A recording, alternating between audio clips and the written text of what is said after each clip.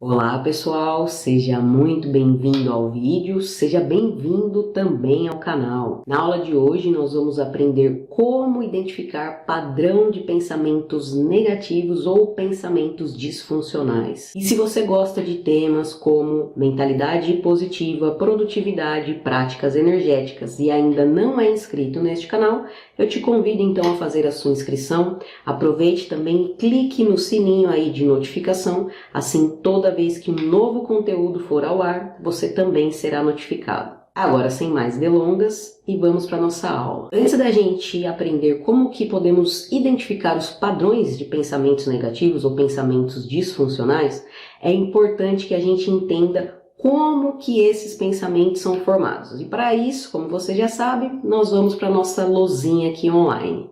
Está na tela então, tela compartilhada aqui para você. E essa abordagem que eu vou te apresentar agora, ela é uma abordagem que ela vem da TCC, que é a terapia cognitivo-comportamental. Essa é uma das abordagens que eu também utilizo dentro dos meus processos terapêuticos. Eu particularmente acho uma abordagem muito eficaz, até porque essa abordagem são para os esquemas de terapia breve, como eu tenho falado nos últimos vídeos para você. Então, o que acontece? Dentro da TCC, nós vamos partir do pressuposto de pensamento automático, tá? Mas existe um processo onde e como esses pensamentos automáticos eles são formados. E é a partir disso que eu quero que você entenda, que eu vou explicar e compartilhar com você nesse momento. Todos nós temos uma crença que dá-se o nome dentro da TCC de crença central, tá certo? Essa crença central, como que ela pode ser formada? Ela pode ser formada através das nossas experiências na infância, traços genéticos que carregamos dos nossos pais também, e com base nisso, em todas essas experiências, esses traços, tudo que a gente vai construindo e modelando aí a nossa personalidade, nós passamos a ter uma visão, uma lente, um óculos, que é como eu gosto de chamar aqui, que se divide em três aspectos, né, três categorias. A visão que eu tenho, né, a percepção que eu tenho sobre mim mesmo, sobre os outros e o mundo, e sobre o futuro, tá? Isso é o que vai fazer parte das nossas crenças centrais, ou crença central. Vou até apontar aqui. Então, aqui nós temos a crença central, vou pegar a caneta, a nossa crença central. Nossa crença central, ela vai ser formada, então, né, a partir de aspectos da nossa infância, né, desde educação dos nossos pais, escola, cultural, traços genéticos que podemos herdar dos nossos pais, e com isso nós vamos criar aqui uma visão, né, uma lente, o óculos do que enxergo, a percepção que eu tenho, né, ou no caso você, sobre si, sobre os outros e do mundo, beleza? Com base nisso, a partir da minha crença central, eu venho, conforme mostra a seta aqui, para a crença intermediária. O que seria essa crença intermediária? A crença intermediária é como se eu fosse reforçar uma crença central que eu tenho, e a partir disso, né, de regras e atitudes, eu vou criando pressuposto sobre isso. Então, por exemplo, se eu me considero uma pessoa insegura, na minha crença intermediária, eu reforço isso. Bem, já que eu sou insegura, então tudo que eu fizer vai ser mais ou menos, não vai ser bom o suficiente. Esse pode ser um exemplo. Com base nessa minha crença intermediária, né, através de regras, atitudes e pressupostos que eu gero, eu venho para os pensamentos automáticos, ou seja, aqueles pensamentos que vêm papum ali no dia a dia, porque na verdade nós já compreendemos a origem dele, né, a formação dele.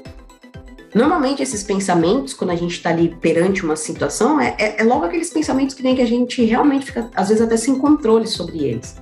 E esses pensamentos automáticos, como que eles podem vir para a gente? Eles podem vir através de frases, né? Por exemplo, pegando essa crença central, né? E reforçando isso dentro da crença intermediária.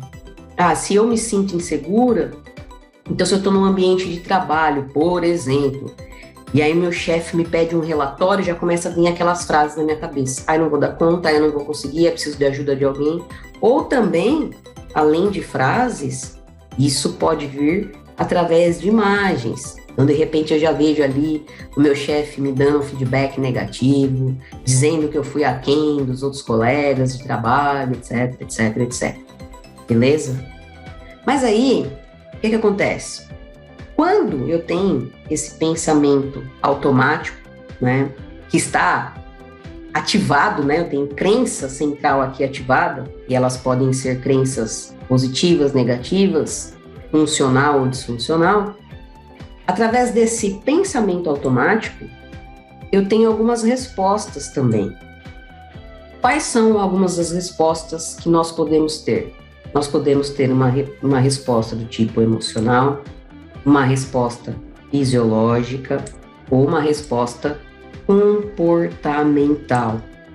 Então, pegando esse exemplo que eu trouxe, se eu me sinto insegura, então meu chefe pediu o relatório para mim, então ou já veio frases, né, ali, ou imagens na minha cabeça sobre essa minha insegurança. Então eu já sinto ali aquele medo de executar esse relatório. Eu posso ter, por exemplo, né, quando a gente fala fisiológico, taquicardia, minhas mãos começam a suar, ou até mesmo comportamental. Eu começo a andar de um lado para o outro, eu levanto pegar um café e volto pegar uma água, e sabe, aquela inquietação. Só que não necessariamente eu posso ter os três aspectos, né, os três tipos de resposta. Eu posso ter talvez só uma resposta emocional, mas não sentir nada no corpo, como eu posso ter só uma resposta comportamental, tá? Não é via de regra aqui, vamos dizer assim, nós vamos ter as três respostas, né? Eu posso ter uma ou outra, eu posso ter duas, ok? Então, partindo desse pressuposto, o que nós entendemos aqui?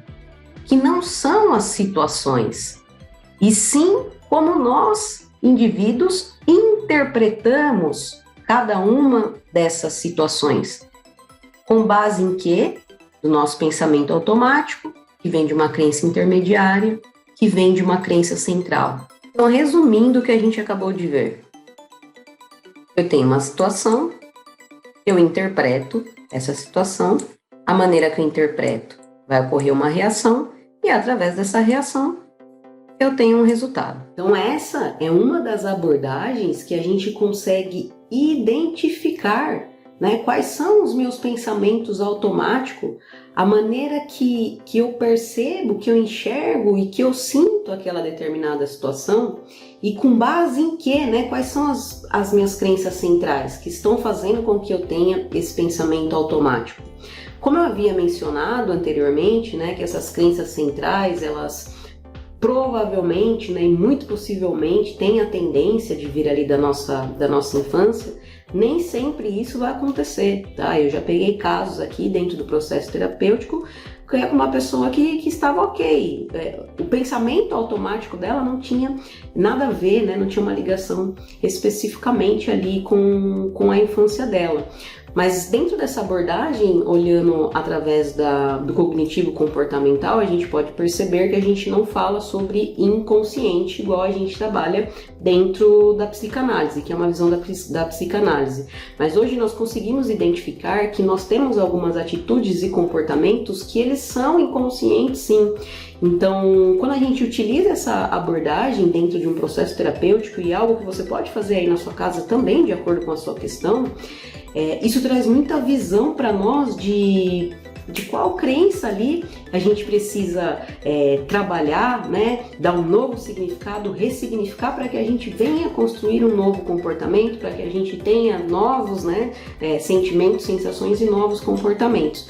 Então, por isso e por conta dessa clareza que essa técnica, que essa abordagem traz, eu também consigo, dentro dos processos terapêuticos, entrar com outras técnicas, por exemplo, que vai trazer muito mais clareza, principalmente quando a gente tem dificuldade em identificar quais são os pensamentos, né, negativos ou disfuncionais que a gente tem. Então eu, por exemplo, utilizo como técnicas de jogos de autoconhecimento, onde o cliente realmente joga, eu jogo para mim também, às vezes, onde o cliente anda ali no tabuleiro e ele vai percebendo, né, quais pensamentos, atitudes e comportamentos ele tem no momento que mantém ele naquele problema e quais novos, né, ou novas atitudes e comportamentos ele pode ter e quais as vantagens e desvantagens aquilo vai trazer e solucionar aquele problema que ele está trazendo no momento. Além de técnicas, né, e jogos de autoconhecimento, dá para entrar com técnicas também de psicodrama, enfim. O que eu quis mostrar aqui para você é que a relevância da gente compreender como pensamos, né, e sentimos em relação a uma determinada situação e o quanto as nossas crenças participam de todo esse processo, né? E às vezes não é simples a gente trabalhar alguma crença, porque às vezes a gente pode ter crença aí muito enraigadas e tem que ser um processo mesmo, né? Mas isso, mais uma vez, como eu expliquei aqui para vocês, pode ser trabalhado, né, dentro da categoria que eu, Gláucia, gosto de trabalhar, que são as terapias breves, né? E eu já recebi perguntas, Gláucia, mas uma terapia breve, ela dura quanto tempo? Depende. Depende do contexto, depende da situação, tá bom? Na próxima aula a gente vai aprofundar um pouquinho mais nas categorias da crença central e vamos aprofundar um pouquinho mais também, trazendo aí a ligação direta da crença central com a crença intermediária. Então segura para a segunda aula, mas eu acredito que aqui, já com essa aula, você já consegue dar um start aí e identificar qual é o padrão de pensamento negativo e disfuncional que você tem. Pega um papel, uma caneta, coloca aí qual é o seu problema atual, qual é o seu desafio, o seu conflito e vai caminhando aí. Pensamentos automáticos que você tem, escreve aí quais são esses pensamentos, o que você pensa, o que você sente sobre essa situação e tenta ir caminhando aí quais são as crenças intermediárias e qual é a sua crença central, beleza? Inclusive, essa também é uma das ideias da terapia breve, né? Para que o cliente, para que você possa ganhar autonomia no seu processo e começar a se tornar o seu próprio terapeuta. Porque à medida que você vai entendendo a estrutura, à medida que você entende a abordagem, à medida que você entende como é formado os seus pensamentos e como e quais são os impactos dele, né, na sua vida, nos seus resultados, que você vai conhecendo as técnicas também, você vai ganhando mais autonomia e consegue reaplicar tudo isso que você aprendeu em outros contextos, outros cenários ou outros problemas que você tenha para resolver. Por hora, eu vou ficando por aqui. Aguarde a segunda parte deste vídeo, onde nós vamos aprofundar um pouquinho mais na crença central e na crença intermediária. E se você deseja conhecer mais sobre o meu trabalho, deseja conhecer sobre os meus produtos e serviços, eu vou deixar aqui na descrição desse vídeo, tá bom? Um beijo para você!